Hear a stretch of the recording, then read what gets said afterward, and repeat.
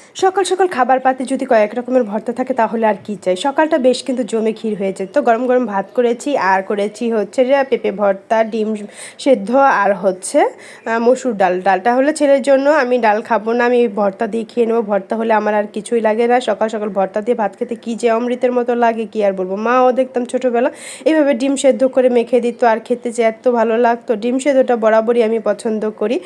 ডিম সেদ্ধ করে নিয়েছি আর সরিষার তেল, কাঁচা পেঁয়াজ আর পেঁয়াজ ভেজে নিয়েছি, শুকনো মরিচ তেলে ভেজে নিয়েছি, স্বাদ মতো লবণ দিয়ে চটকে মেখে নিলাম। এবার গরম গরম ভাতের সাথে ডিম ভর্তা দিয়ে জমে একদম ক্ষীর হয়ে গিয়েছিল, দারুণ লেগেছে। আর পেঁপে ভর্তাটাও করে নেব। পেঁপে আমি ডালের মধ্যে সেদ্ধ করে দিয়েছিলাম।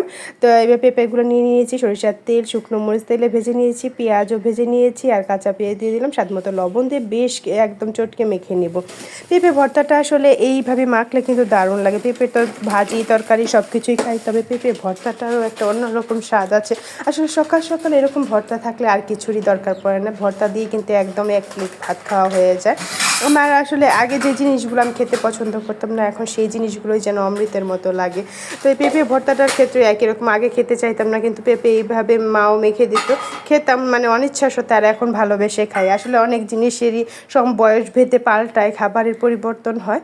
তবে আমার ক্ষেত্রে অনেক খাবারের পরিবর্তন হয়েছে, যে জিনিসগুলো আগে খেতে চাইতাম না সে জিনিসগুলো যেন এখন বেশ ভালো লাগে। তো সকাল সকাল এক প্লেট ভাত আগে খেয়ে নিলাম।